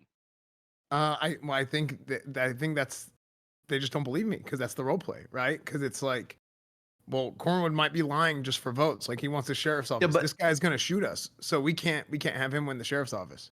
You know what I mean? So I think- it is the role play, but they just didn't believe. Yeah. Go I ahead. think Go ahead, it's Bear. I think it's. Oh yeah, Barry, go ahead. No, it is okay. I think like that's just that. I mean, it's the way of politics, right? There's a lot of griefing that goes on, and it's sort Yeah. of when people hear one little part of that sort of dirty laundry or whatever you want to call it, they hang on to it and they will throw that out there in whatever way possible to try and help the person that they want win. Yeah. And yeah, I know how that feels like, because Viv has it on a similar sort of like she has like people saying the same stuff, like not that she shoots people over turbos or anything like that, but she has things, people saying stuff that she hasn't done, and people won't believe her. But hers didn't actually play out into the politics of it because she's not as well known as Cornwood, right? So I think like people knowing who Cornwood is, like, did him favors, but then also did the opposite with people airing that sort of dirty laundry. Yeah. Well, it's like laundry that's not even there. It's somebody else's Yeah. laundry. Yeah, You yeah. know? So it's Mhm. like, Yeah, but that's what the criminals are really good at. They're really good at weaponizing the Yeah. narrative. They're really good at spreading Spinning. false lies, and that's why in the beginning, when we first build the PD, what I tell Cletus and Clax, it's all we about have to be reputation. nice. We need to be Right. nice to the criminals. No, so now I no, learned that we no, don't no, be I'm nice to the criminals. I'm not saying that. I'm saying is we need And to have now we're- principles and values to stand on, because if you don't have those, then people will throw them in your face, right? but I did that with Cornwood, and they did it anyway. So now I only like I'm starting to feel like what was the point of that? Because if they do it anyway, even though like that's something you try really hard to do, you know what I mean? Because Right. at the end of the day, like Crim RP and like I hate the cops RP is still gonna be the same, right? They're still gonna RP that they hate the cops, Right, regardless of whether right. or not you do that. Right, certain people are not gonna make So- happy, but I'm talking to a larger, a broad perspective, right? Yeah. And try to combat that, right? If you're doing what is right every single time, and you're trying to push that, right, and other people are trying to smear your campaign, that's one thing. But if you give them ammunition and they try to use it against you, of course they're gonna get weaponized, right? Right, but what ammunition was given to them? As far as what? Like if people are just saying shit to say shit, because it's not true. You know what I mean? Right, Like but if something is straight up not true. then right, they're but just gonna say it anyway. they can pull your history from the beginning, as far as you being an officer and then you're running for sheriff, and they can say, "Oh, look at all these things that he's done." Look, and they can just point at you because you're running for a public figure, right? Right, but it's like there are things that didn't happen. Yeah, I think the key here though is that like, and I even remember this from like playing Mickey in 3.0 is like Yeah. shit would happen that Mickey would get blamed for. Mickey didn't actually do, but it's because the Yeah. character got a reputation, right? So the reputation for Mickey, and this was like when Mickey was in like the Clean Boys crew, was Mickey leaves the city, fucks off for like 2 months, comes back for like a few days, and absolutely just fucks shit up. And what's funny is characters, people even who like knew OOC would just like, this is the funny thing, characters or people who like knew OOC or like knew the like what was involved, it wasn't even like separate characters. A great example of this, and honestly, because it was just it kind of just made for funny narratives. Like an example of this was Mickey came back after being gone forever, wants to sell cocaine because that's core to the character. He sells cocaine. Loves to sell bricks of cocaine. Goes up to Tony Corleone and Goofy, Octo, and says, "Guys, let's do a Zur and Lure kind of selling thing where we go into a shady alley and go sell some cocaine." And Tony and Goofy were like, "Yeah, we're down. Let's go sell some cocaine." and Mickey's not even. And this, I swear to God, you can. There's VOD evidence of it, right? They drive up to this car, and you know it's Mickey. Oh, by the way, think about it. It's Mickey, right? With Tony and Goofy. Who do you think is driving? Right? Not Mickey. So Mickey's not driving. They go up to this guy, and they're like, "Yo, we want to sell you some fucking cocaine."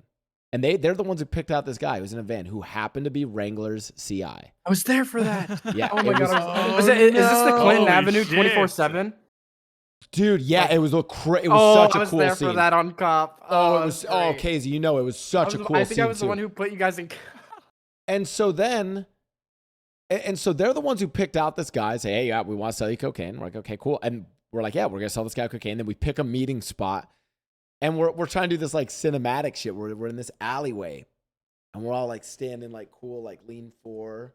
Like, what's up? You know, trying to be all cool. We got bricks of cocaine on our back, no masks. That was the vibe. And then fucking Wrangler and the entire PD just roll up, lights on, and it was the coolest looking scene ever. And we all got caught, and we all got drug trafficking. Now the problem with the story though is Mickey just never turned himself in. and I admit this is kind of fucked up because, you know, again, this is at the time where I only come on Mickey for a few days. So the narrative though was that I just fucked off and was playing variety for like a month then and just never turned myself in. And weirdly, you know, again, it's like at this time, then, you know, Pentu played Wrangler, ends up going and playing on other servers. And so the charges never pushed to Mickey, and Tony and Goofy both got drug trafficking. and in this, and now to bring this all to the story of 4.0, Tony started off 4.0 hating Mickey because Mickey got him and Goofy drug trafficking. And that's like, and the narrative is that Mickey came in and fucked around and got everyone drug trafficking and fucked up the boys. When if you look literally at what happened, it wasn't okay. And I'm like, fuck it. That's the role play. That's the story now. And it's like, and it's one of those where it's like, even the characters involved, like lie about it. I mean, fuck, you just go with it. So I can empathize. That's gonna lie, and people are always gonna run with shit. People love to lie and stir or just make things, you know, a little bit more exaggerated one way or the other. And honestly, the best thing you can do is lean into it. So now I make it core that Mickey does leave and then comes back to fuck shit up and actually will purposefully come back and stir shit and try and do something really fucking crazy. Or make fun of it. Have some comedy. I think having fun with it is also fun too. Yeah. So my advice for you, Esfand, or for anyone where it's like, oh, there's like this narrative of your character in like one way is like, you can fight it or fuck it, you lean into it. Just fucking lean into it. Don't lean into it. Do not lean into it. I start leaning. I'm like, 300 pounds. Okay, we're gonna lean with 300 pounds. Okay, we're leaning hard and heavy. Fucking lean it. Let him roll on it, man. Like fuck it, lean into it. Earthquake is gonna happen. Come on now. If Cornwood starts leaning, the gravitational pull is gonna shift on the whole damn city. Okay, the Earth is gonna tilt. The Earth is gonna tilt if Cornwood leans. Yeah, it's gonna be bad. Then fucking do. But this is my advice to everyone: is like sometimes just fucking lean into it. Make a character like sharper. Make them that fucking thing. You know. Hey, that's one of your options. You know. That's one of the 5. It's one of the 5. One of the 5. Hardwood. There's hardwood, demon wood. I like demon wood. I'm crashing now. That's Penzone came up with demon wood. Anyway, One time, Fiona. She was on Fiona, and she Big wood. She was trying to make a jump, and she was in her new Corvette, and she landed like this on a light pole, and I saw, like, it was like, I'm telling you, this thing was moving at like a quarter mile an hour, just like tipping over, and I looked at it, and I looked at the ground, and I just put some spikes there, and I just sat there and waited, and it was like. I landed wrong. The funniest shit. And then we ran over and pulled her out of the car. That's where Pinzo came up with Demon Wood. It was just damn, like, so funny. It was so funny. I have the comedic timing of the. I have a question for you all now because I'm curious. So and I might be wrong with this interpretation, but I kind of want to know, like, okay, my interpretation is that the general policing. So now we have a world where there's going to be LSPD and sheriff, but the general policing, even to this day, feels I think weak is the word I'd actually use. And let me clarify. I feel like my interactions on my characters, right? On Jesse or I even had my streamer character Nathan Blau get arrested. And then, you know, when I like manipulate stuff on Mickey or whatever, I'm talking to characters. I love the police department in 4.0 for like those role play and the dialogue. However, I just don't feel like I see the cops. Like I just see like kind of mayhem. It's like I feel like I have to seek out the RP with the cops, whereas there is just absolute mayhem in the city. And like, I mean, Saab D, like I've almost gotten away solo on Jesse doing just the most insane shit. And I couldn't believe it. Like with no help to be able to get away doing the kind of shit that Jesse does. And so I'm like, how do you guys... Shift 2? I don't know. What's shift 2? Shift 2 is like NA prime time. We actually have pretty decent numbers. Shift 2. Yeah, it 2 was hours from it- now. And It was just shift 2. the past 2 weeks have been Chain Gang and BBMC raining hell in the PD, and Bro. they catch our attention for a good 2-3 hours of the day at least.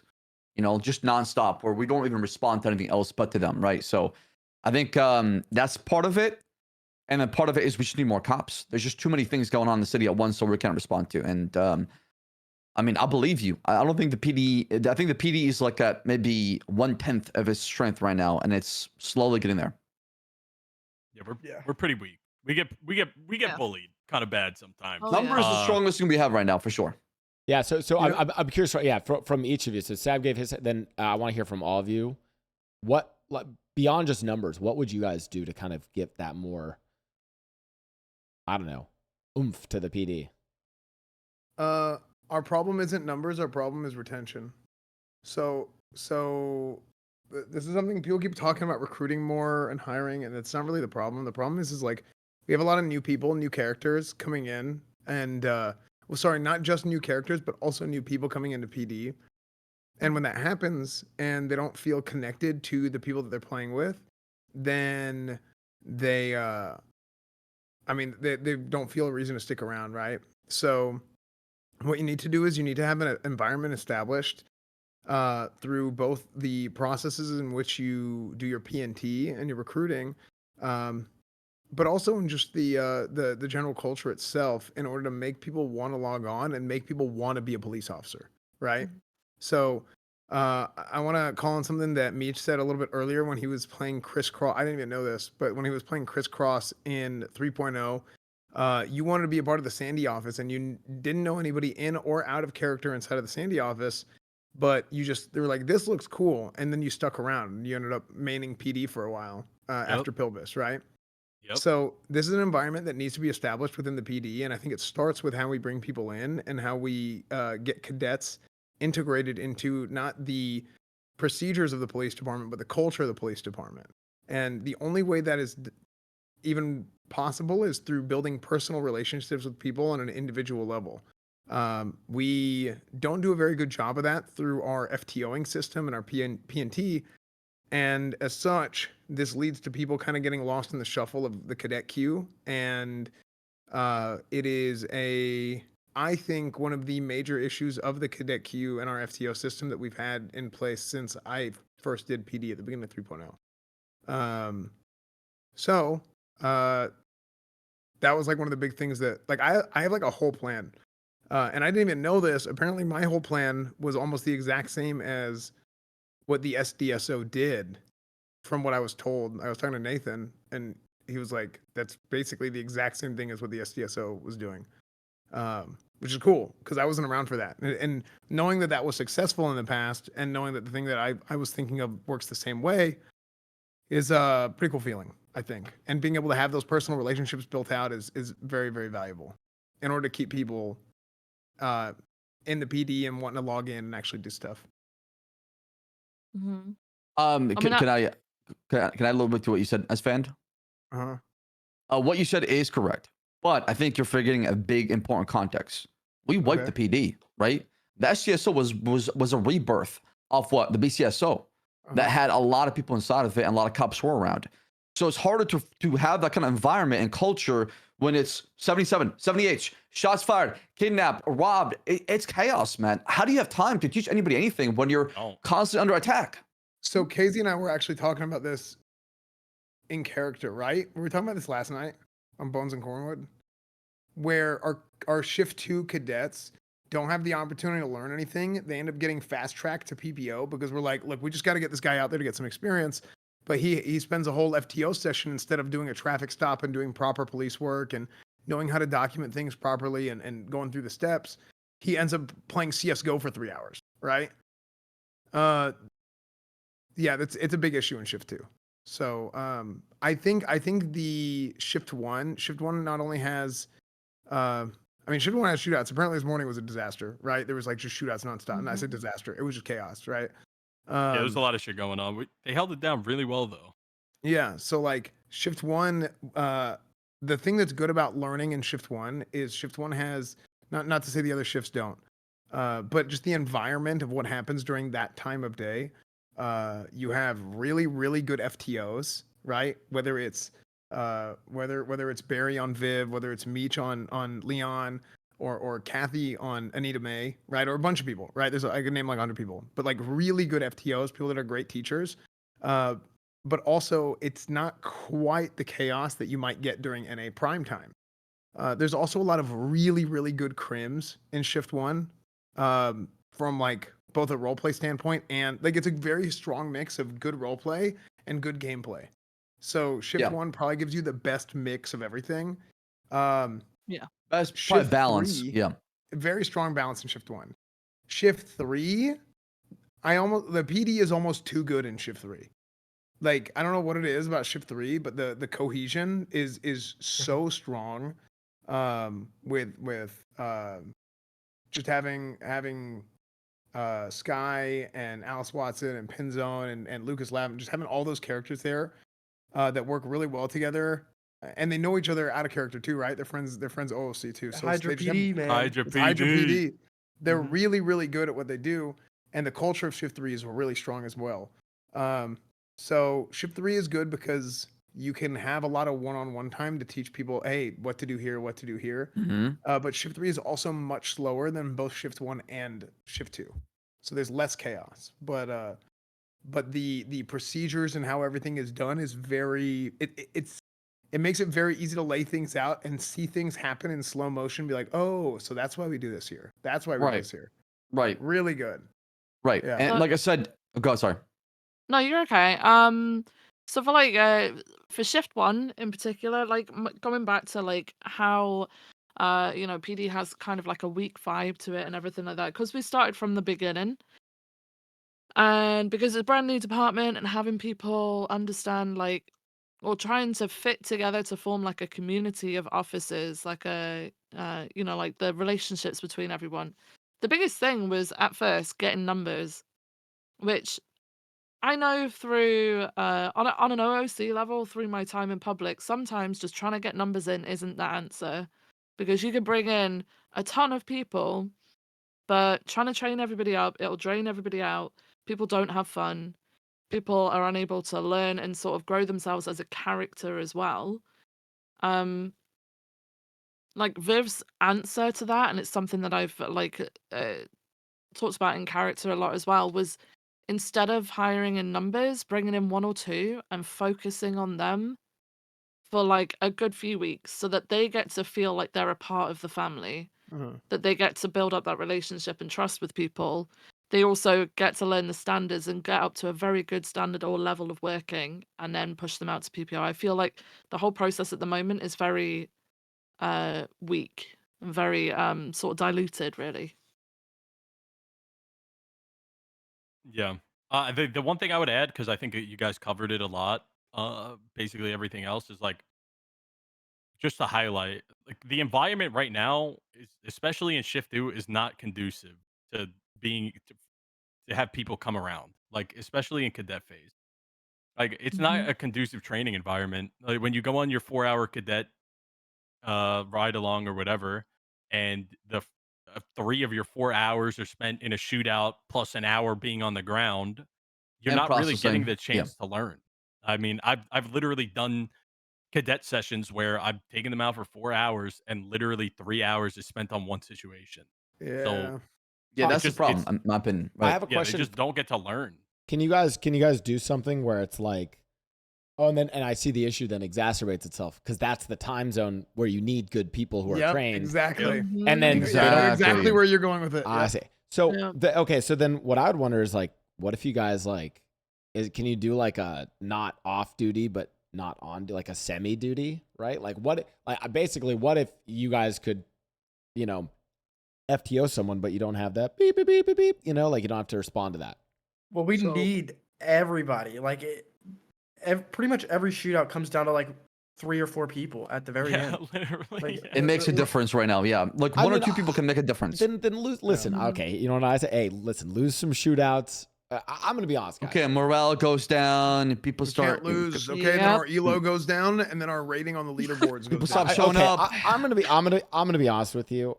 I watched and by the way, this is not me trying to like throw shade at Chain Gang. I've watched their shootouts in 4.0.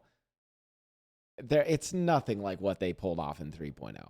And the Chain Gang viewers, know this. I'm sorry. I've watched these shootouts. Listen, this shit is like, bro, they're doing it's okay. I'm not trying to like they're washed, man. No, it's not they're washed. I'm just saying it's like a bro. They're not washed. They're really good at shooting. It's like a six. Guys, it's like a six. Stop taunting them, man. Bro, they win like a 6v10. I have watched them do PD wipes that were like fucking like 4 versus only 6v10 22. should be 6v12, man. Only 6v10. Bro, I've seen them do okay, and what I'm getting to it. This is fuck it, lose a few shootouts then, and get some good cops. So you guys have more cops. No, I think no, you're actually you are right. B, I think if we have scheduled FTO sessions out of shift, I think that's totally fine. Which we do have. Like if people want to schedule an FTO session out of their standard shift, then that's all good. It's just that what happens is, or what had happened in the past is people are like, I'm going to be shift 3. Oh, thank God. We need shift 3 cops. Joins PD, immediately changes schedule. Hey, sorry, man. I got to be shift 1. You know, I can't be up all night. Yeah. So that's the issue in the past. So now it's like, hey, when you're applying to join the PD, you apply during a certain shift. And this hasn't been an issue recently.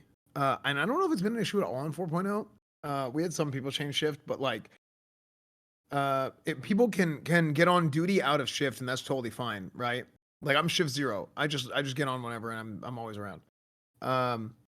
But you can be on a different shift as long as you are mostly spending a lot of time in your shift. That's fine too. So that's how we approach it. But I don't think there's been anybody who like because it's like honor system, right? Like we don't keep track. You just know if it's happening or not. So yeah. That's how that works. I think I do see the issue. That's like, hey, we need people for this shift. That shift just happens to be, chaotic. There's just a lot of like action going on during that shift, which makes it hard to train people for that shift. So that's fair. Yeah. I mean, maybe like work like, maybe that's something where like there's some RPers who are interested in shift 2, and you'd make an agreement with them where it's like, yeah, they're just going to wake up early to train during shift 1, for like a week. Well, the thought process is, and I know this sounds crazy, but you go into training overdrive, you gain enough people to train to where you have enough breathing room, to where patrol is manageable, to where you don't need everybody available at every single call, to where you can have those times where you can go off and slow things down for them and explain things what's happening, right? But to get there requires a lot of dedication and time, and the reason why sometimes we don't get there fast enough is because there's a change there, there's a change that, there's too many people involved, there is people dragging their feet, we're getting complacent. You constantly have to be going fast with it because the city moves so fast. Yeah, it seems like you guys haven't reached like a critical mass of where it's sustainable. So that's why it feels like you guys are kind of just like playing catch up. Yeah.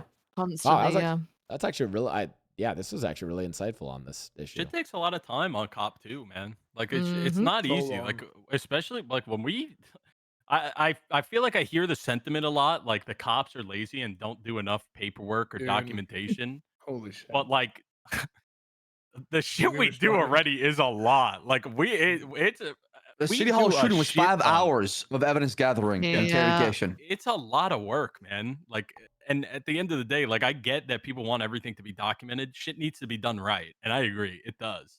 But I have a question. It is still RP. Can I pay like some of my viewers? Like, if I was to be a cop, could I pay some of my viewers like IRL money or like some of my mods IRL money to just do the documentation for me? Is that Yo, Oh, no, Saab, can you hey. answer this, man?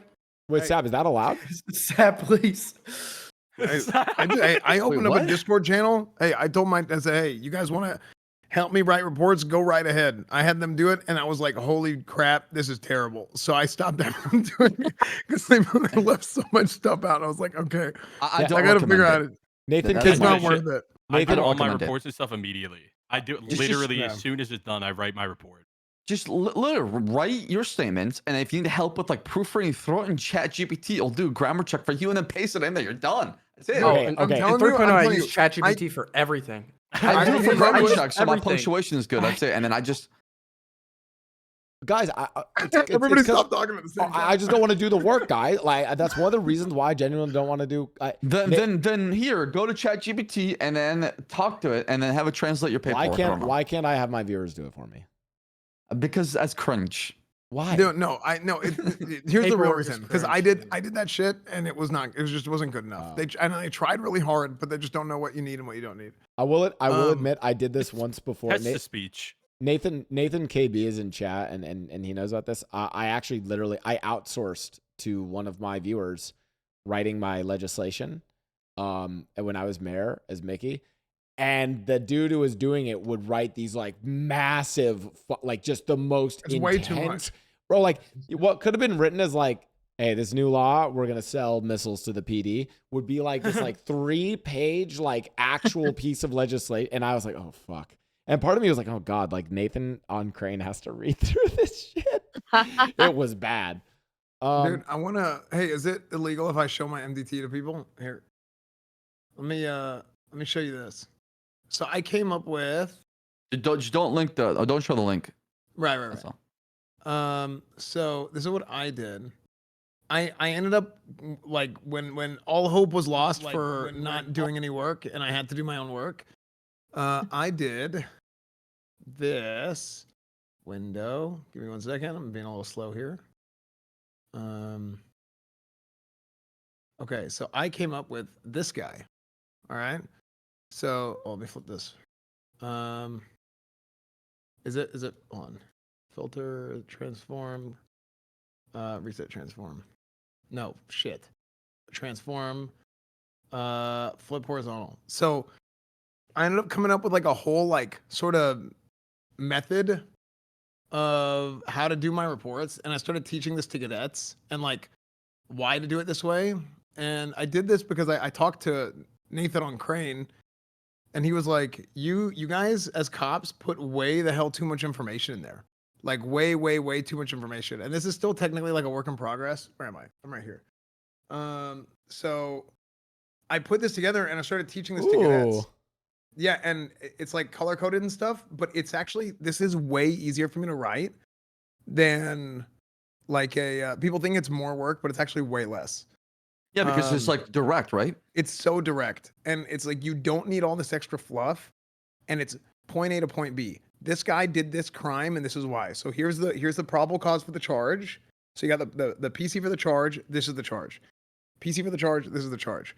And then any additional evidence and stuff like that is just in there. So like I've been working with cadets and stuff with this thing, and every single cadet that I teach this to has been like, oh my gosh, this makes my life so much easier, because reports are so hard to like, they take so long for them to write. So it's been super good. Bro. So yeah. Yeah, you know, Officer X saw hard.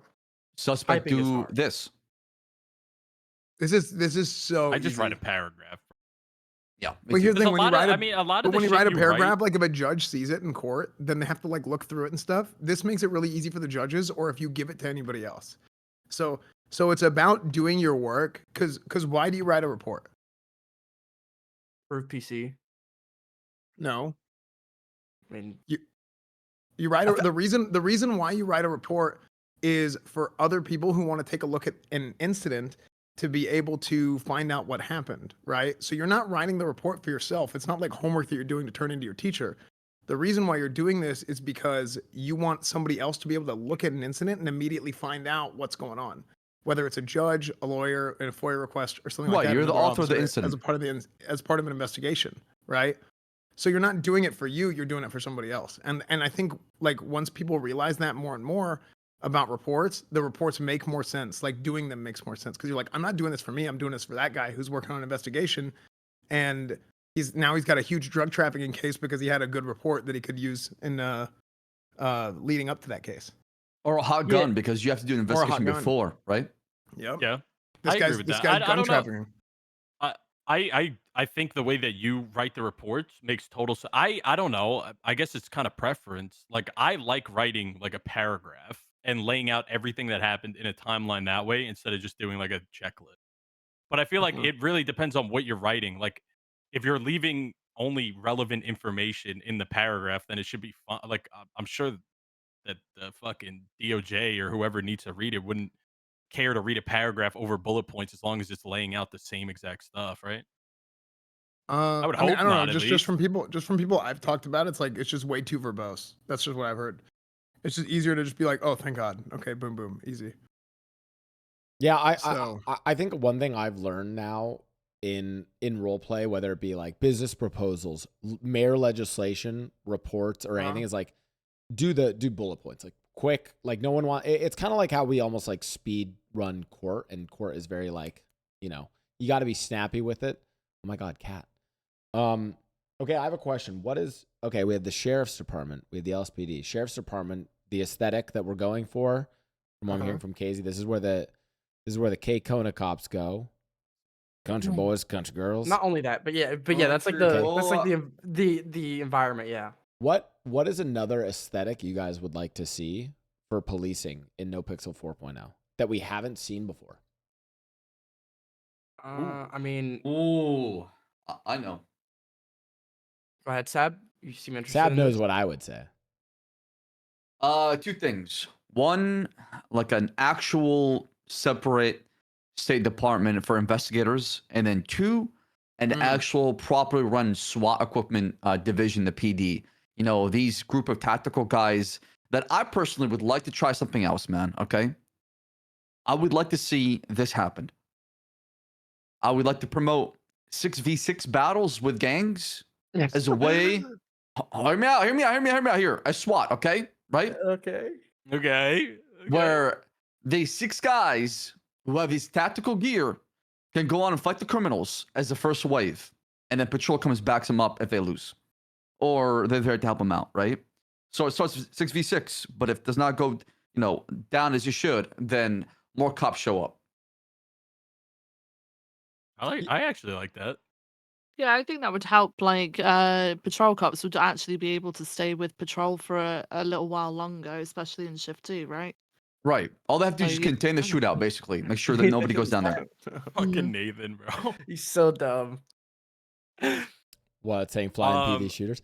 I mean, like flying and PD shooters. On a note on that, and I gave a comment on this on your clip. It was a sick clip, by the way. By the way, that I'm going to stand by that council shootout was some of the. That's cool. That was fucking sick. Yeah, Inside, Bro, the this- room, very cool. the room Oh was, my was God. sick. Yeah. Dude, the scuffed walls weirdly made it better. The fucking smoke in the air. because Yeah, of this- dude, the smoke and the lights, it looked so badass. Whoa, The it lights was shining in, I thought the sick. same thing. Here, Yeah. Let me show you a picture here. Oh, and this picture shows Shaban getting shot right in the shoulder, and blood is gushing out. Blau, blood is gushing see. out. Like, look in chat. All right, let me post it in Discord. Yeah, post it in Discord or here. I'll Bro, click on it. that was like the craziest thing for Bones to like. Dude, just look kick at the off bullet start, and the man. blood. How sick is that? That is That's sick. It's Oh dope. yeah. Yeah. Bro, I actually genuinely think this will be one of the most iconic scenes of 4.0. I think this scene was so fucking cool. Fuck. Oh, and the Have you scenes seen the fan afterwards art, with man? like the people driving around like after TJ, like all the motorcycle clubs and stuff, like and shit. That was really Oh, the aftermath. Yeah, that was pretty yeah, that was really cool. They were driving around in Legion Square and stuff. cool. Mm-hmm. Oh, It's cool seeing like when community members or people sort of come together and do like a cool event on the spot, improv. That's sick. Yeah. There's that. I don't know if you. I will. Oh, that's so fucking cool. I will also say that when I watched your clip on Bones, Cazey, was I tried to explain this to my viewers is that like, and again, it kind of it's just the nature of GTA or the limits of mechanics, but like I'm always of the opinion it's like, hey, if it's not a shootout but like a true holdout, it's like you have to basically NVL. I came up with the greatest tactic for you guys, by the way. Your first few officers should actually not. I mean, they can have their guns so that they can combat roll because you can only combat roll when you have a gun out. But you actually should send your first few officers in not to shoot. They should jump out. And give them the corn roll. Like Just roll yeah, into 'em actually, and knock 'em like over. no, I'm serious. Like treat it like Valorant. Like your first few officers are like treat them like a Fire. Raze or a Jet. Like I'm not even kidding. Like actually have them like create space and just kind of run. Like they should actually run. Like Bro, just it run is- and it is serpentine. literally that. Exactly that. Mm, Because they're just like they're gonna waste their ammo shooting those guys as distractions. That's what happened with me. I ran. I was distraction. I pushed the Yeah. halt, right? Well, I that's didn't like shoot. the whole idea of Yeah. it. I Here's what we actually need The to whole do. idea of it. and I Honestly- actually by the way, if I ever play a cop, I will push for that as the strategy. Now, everyone's saying that's NVL. Holdouts are NVL. So and Dude, not- logging into Los Santos is NVL. Let's Yeah, just yeah. let's get Listen, it out like, the that's way. That's like the way you like. It's one of those where I'm like, hey, you know what? Fuck it. Like you have to NVL against NVL sometimes. You know? Yeah, you don't have Like, a choice. We need to. Honestly, look, I'll say it. Nobody else wants to say it. Cornwood should be that guy because the hitbox is so big. I'll just block the shots. You want to be a riot shield? I will. I'll be a walking riot shield. Dude, I'm just gonna Meech keep shield running Cornwood. and spamming IFAKs and, Slash and me armor puts- plates. 50 PD vest on Cornwood and then hides behind him. while he bro, puts down the hallway. I actually think the roleplay of Cornwood in like a bomb suit, but you like literally you can't run and you're like slow walking towards them, and then they're just like, playing like, Reinhardt, you're man. like fuck, we can't get, and like you're literally like invincible. Would be fucking hilarious, That'd be dude. so funny. At that point, turn to like freaking Roadhog and just hook people while you're doing that. Honestly, the shit Cazey did with that holdout with like Bones, where he was like, every 3 bullets, he's gonna fucking reload, and that's where we're gonna push. That shit was so like you actually was sick. smoked his ass. That was tactical. That was cool. That was That good. was badass. Don't gas me up, guys. Don't All gas right. me up. Okay, you'll get shit on soon. Listen, Yeah. we're coming I in did on our yesterday. we are Cops have coming in died on since our you've 2 been terrored. hours, so Two we people have died. guys, we've got to wrap this up. Any final, from everything that's been said, any last minute thoughts you guys have on sheriff's department, different police departments, PD in general? What do you guys think and feeling? Are we hopeful? Yeah. Yeah. We're gonna go ahead. I just want like actual. I think a big thing for something like this, like it's an OC podcast, is just to let viewers know. I am cool with like every single one of these people out of character. Like I in the last like 2 days, I've talked with Esfand in Discord calls for literally like 8 hours. I think people don't understand like. No way. Yeah, like we're It is- all friends. We're good. Like you don't. Yeah. I think people just need to know that, right? I think that's something that needs to like Yes. be understood. So. I just wanna Also, get that people need out. to know this is also just as important. I am better than Cazey at League of Legends. That's wrong. What's your Well, rank? everybody is. to Oh be my fair. god, Cazey's you guys all play right. League? Disgusting. What's your rank? I need to know the rank. Well, I mean, look, listen. Back in my day, look, I have 20 years of high command league experience. Yeah. Experience is crazy. It's not about my rank now. Okay, look at this bootlicking Bones, dude. Bootlicker What do you- Bones. All he cares about is rank, dude. What do you guys play? Like what champions? I'm gonna judge you off this. Heckram. Jungle? I play Kale. Yeah. And Heckram jungle. you play Kale. Dude, of course I play Kale, dude. I'm a paladin. I play a cop in GTA RP. Like, of course I play. I'm 100% a Kale player. Every Kale single Soze. season, every single season, I switch roles, man. Like I'll go from That mid too. or top or AD or jungle. Like I'll switch every single season what I want to main. Very If I'm gonna be But I- real, I'm I'm a a mid. meta abuser. Wait, yeah, Meech, what do you Yeah, play? you are a meta. I think mid's probably my favorite role, and what champions? What- Silas. I love Silas. Silas is probably my favorite champ to play in the game. I remember this is a random story about Silas. When we were playtesting Silas, there was a bug on Silas where he stole Brahms. Like when he stole Brahms ult, if he ulted with Brahms ult, it would ult the entire it would ult just like continuously across the entire map, and it would just be like it was like it was like and then just like keep doing that sound effect over and over, and then the sound effects started to like stack, and we like just like we ruined like headphones and like shit because it like fucked up audio. It was awful. Fuck that champion trying to develop it. Barry Boo, do you play League? Yeah, I do. I'm hopeless at it though, but I do enjoy it. I play ADC and mid. Ooh. What champs? Wait, who do you play? For ADC, like Kate, Ash, Oh, I was gonna guess. I was Misfortune gonna is guess probably by my Caitlyn. best. My best, yeah. I feel like those are like all like standard respectful ADCs. Mm. Do you guys feel like your play style in League matches how you roleplay? Yes. Yeah. Kinda, Yeah. yeah. Yeah.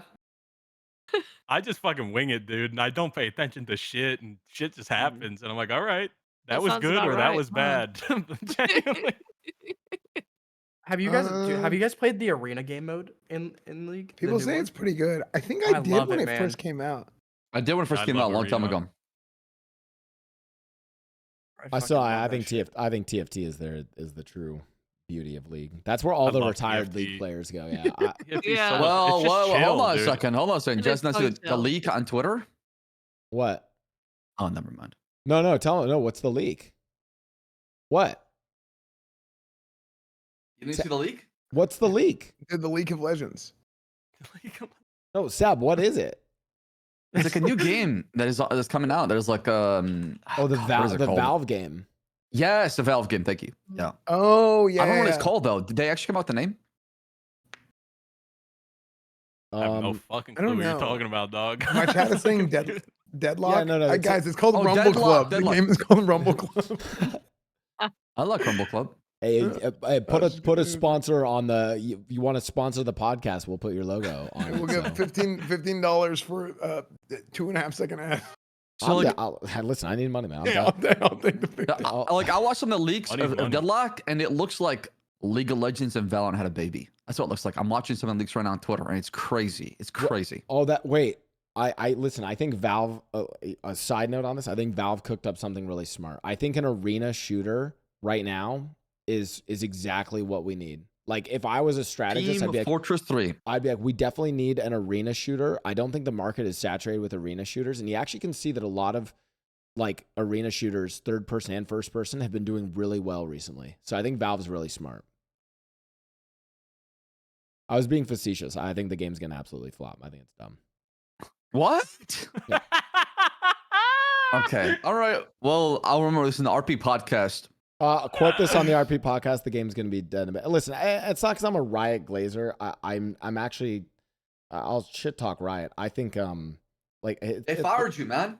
bro, it's like releasing Legends of Runeterra. Like that's like what Riot released Legends of Runeterra like 8 years too late. Like I'll shit talk Riot games. Like yeah, Legends Hey. of, like I like Legends of Runeterra. I'm one of the people that likes. yeah, no, I mean it's cool and it's fun to be in a club with like 12 people. Like that's sick. Yeah, all 12 of us. Yeah, all 12 of you.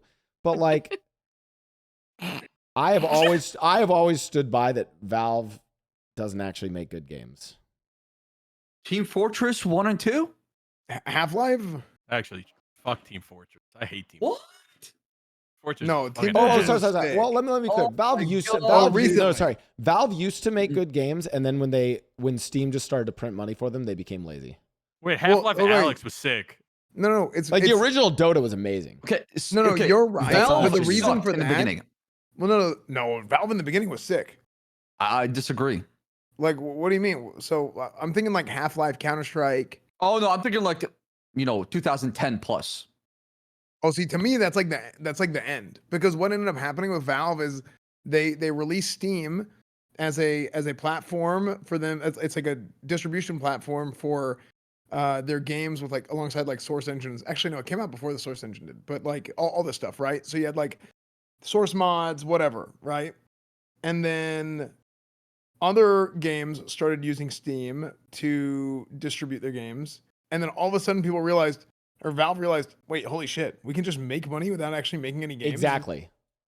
And then now that's how they make all their money. And it's just like, Gay Ben, just one more swipe, please. One more box. One more case. Bro, One more yeah, case. sorry. I want to clarify. But Valve, what's wrong with that though? What's wrong with that? it's fine. mean, that's just their but they're business not. They're model. not a game company. They're a platform. They make company. games though. No, they do make games though. Let's see. Hey, quote me on this. This game they're making is gonna be ass. It's gonna be complete booty. Well, I heard I disagree. I did think Half-Life think- Alex was fire. though. Half-Life Alex was sick. I think they used to make great games. They made Steam. Steam makes them their money, and they don't care anymore. By the way, and this is my other take that I'll get from. I hope Epic eventually fucks up Steam. I hope Epic does. Ooh, hot take. Bro, yeah, I'm so, bro, like Steam. Steam is a great platform. What is it you don't like about it? I don't understand. I like competition, and I actually genuinely Okay. think Epic's platform is better UI. And Epic actually, I also genuinely think in terms of who cares more about, I don't know, this is a weird thing, but it's like who cares more about like games in general? I think Epic cares more. We'll I say think out of feel all like- the other like Yeah, but Epic Out has of all- sued more, right, for things like that. I feel like Epic has done some certain, business type that was not really welcomed to a lot of publishers and developers that were making games. Listen, I mean, again, by the way, this is like what I know. hope for in like 5 or 6 years. Like right now, like, bro, I spend my Steam library is fucking juicy. I love Steam. I use it, but like, I want there to be that competition. I want Steam to be dethroned.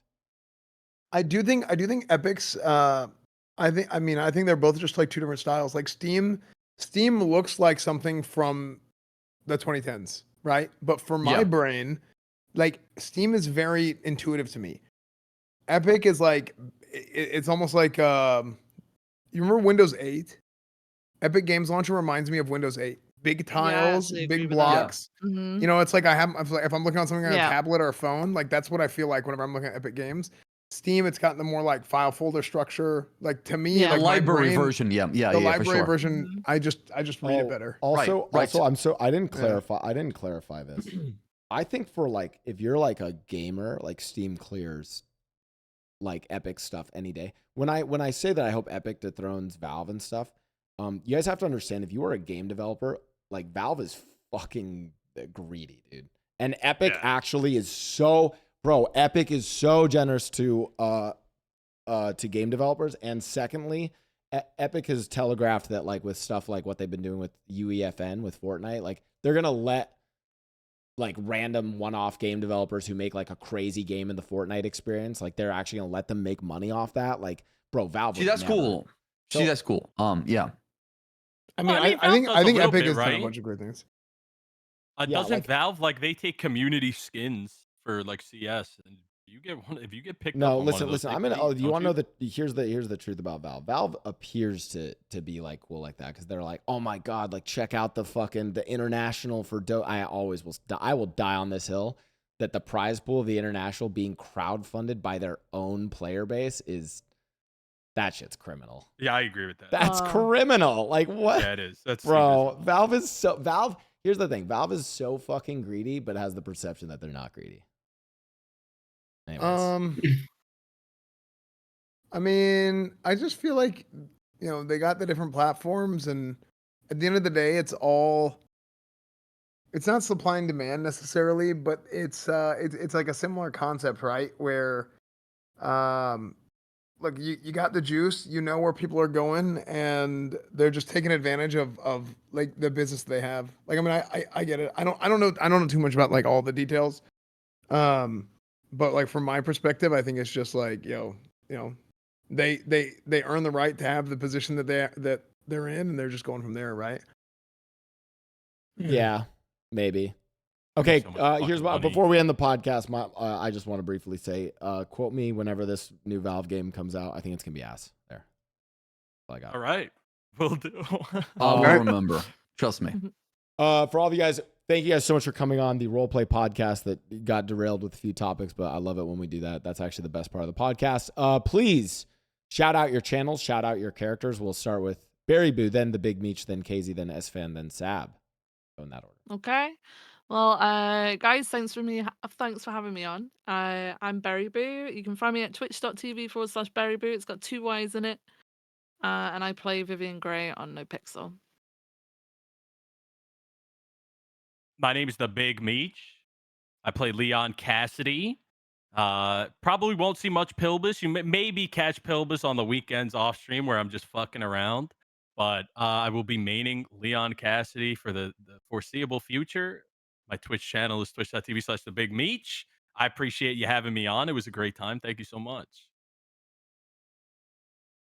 You guys can find me at twitch.tv/KZTV, and I play Bones.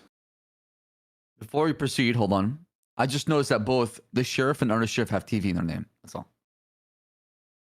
Yeah. If I accept. True. If he accepts. If I accept. Everything is Esfand TV. Everything is Esfand TV. Yeah, so that's me. My name is Esfand. Everything is Esfand TV. And I play Ali Famand, who is a Persian immigrant. Yeah. Who he moved to America to live the American dream. That So that's character's my, amazing, Pilbus' by the way. life. Welcome back Yeah. to America. yeah, so his goal is to ruin Pilbus's life and to yeah, so that's who I play. That is my main. So He turned Pilbus into a super terrorist. 3.0. Because of what- dude, That's what because made of- Pilvis from fucking Burger Boy to terrorist was fucking Dude. Ollie Farmhand. Dude, that's hands down one of the funniest things. It's so Like, good. just because So me just saying good. some bullshit, and then Nina's is playing Leslie Ling, and he's like, "Wait, this is hilarious." Hey, he's talking to Gary Barry. Garrett's playing Gary Barry, and he's like, "It was Pilvis." Just like straight up, straight up. And all of Pilvis's friends went all in on blaming Pilvis for crashing an airplane. And then they all saw me. I was at Burger Shot the whole time. Like they saw me and they just lied. Oh, it was so good though. Oh, so funny. Saab. Good times. Play as formerly Captain Slacks, now LT Slacks after a restructure. And you can find me on twitch.tv/Saab. Thank you. And I before we go, I didn't do you know what I've been missing is I've been missing my segues for the other episodes of Roleplay Podcast. But I do have to do my read. Guys, this is a Roleplay Podcast. To all the viewers on everyone's streams. I hope you guys enjoy this. We try to do this so you guys can get like on a serious note, get you guys like a little bit of behind the scenes look at stuff, hear some of the streamers talking about stuff with each other. Hopefully dispel some of the drama. Hopefully bring up the vibes of the community because all of us love roleplay, like genuinely, and we love NoPixel. We love roleplay on these servers and creating cool content for you guys. So that is Roleplay Podcast on YouTube, and we are actually an official we're an official podcast. You can find us on Spotify, Apple, all those things, all that bullshit. And I will leave here lastly by saying, it sounds like the new sheriff's department is where a character Clay Kona would fit in, and I kind of want to. I actually want to bring him back as a serious character. The reason I haven't brought him back yet is because in making him a serious character, I spent a long time writing his backstory and lore and actually making him into a real character, and I have to finish his country music hit single before I. Okay. Before I launch it. Hell yeah. And also, Hunting, fishing. When the song Polito drops, I'll bring him back. And, All right. and I might actually make Okay. him cop for a bit. We'll see. hey, and also Oh, we yeah. have a $2,500 for application fee.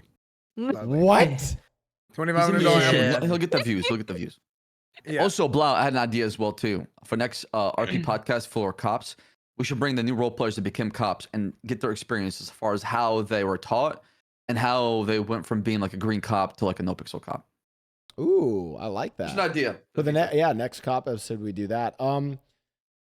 As always, it's Roleplay Podcast. Anyone and everyone is welcome to come on it. We do all sorts of different topics. Sometimes we bring on brand new role players. Sometimes we, the episode that we still really need. I really need to do the ERP episode. People have been asking for that one. Oh God. Oh God. What the hell does that mean? I really want to do the ERP episode. Meech is somebody you need for that. I'm And telling you, Curtis get is Meech Curtis on is that, back he'll- on he'll hold NoPixel, it so I down can for bring you. Curtis Hey, in. yo, wait, what? Wait, what did you say? What did you say? You're gonna bring was fan next fan week's if you're gonna do episode? that. Oh, the ERP episode. Oh, fan. Would Oh, be good next week for- is the ERP. Okay. Well, not necessarily. Maybe we will do it for next week's. Yeah. Okay. I'll try and schedule ERP episode for next week. That'll be my goal. It's time. You should have NMP. If you can, will you don't you like live with him or something, or you're close by, you're in the same one. Go ask him if he'll come. I'll ask him. I'll ask him if he wants to come on. That would be amazing. Yeah, I'd love. That'd be great. He's Anyways, guys, probably not gonna come on, but I'll ask him. thank you guys so much for coming out. This has been Roleplay Podcast, the Sheriff episode. Thank you all so much. Barry Boo, Meech, Cazey, Esfand, Saab. Thank you guys. Bye. Thank Later. Bye, everybody. Appreciate you. It was fun. Until next time.